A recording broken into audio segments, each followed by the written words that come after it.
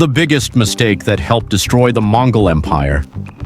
The Mongol Empire wasn't destroyed by a stronger enemy. It wasn't defeated in one massive battle.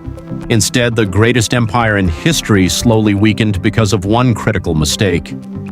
After Genghis Khan's death in 1227, his empire continued expanding under his sons and grandsons. At its peak, Mongol rule stretched from the Pacific Ocean to Eastern Europe, connecting millions of people under one empire. But governing such an enormous territory was becoming increasingly difficult. Instead of remaining united under a single ruler, the empire was divided into 4 major regions, known as Khanates. Each was ruled by different branches of Genghis Khan's family. At first, this system seemed practical. Local rulers could respond more quickly to threats and govern distant lands more efficiently. But over time, those rulers stopped cooperating. Each Khanate began acting in its own interests rather than the empire's.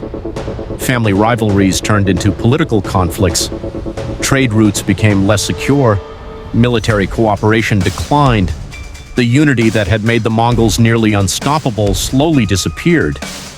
As the empire fractured, its enemies saw an opportunity.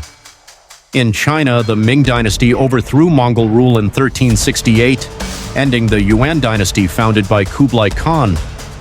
Elsewhere, independent kingdoms regained their freedom, and the once mighty empire continued to shrink. The Mongols were still powerful, but they were no longer united. And without unity, even the strongest empire could not survive.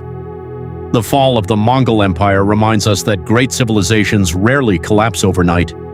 More often, they weaken from within before outside forces deliver the final blow.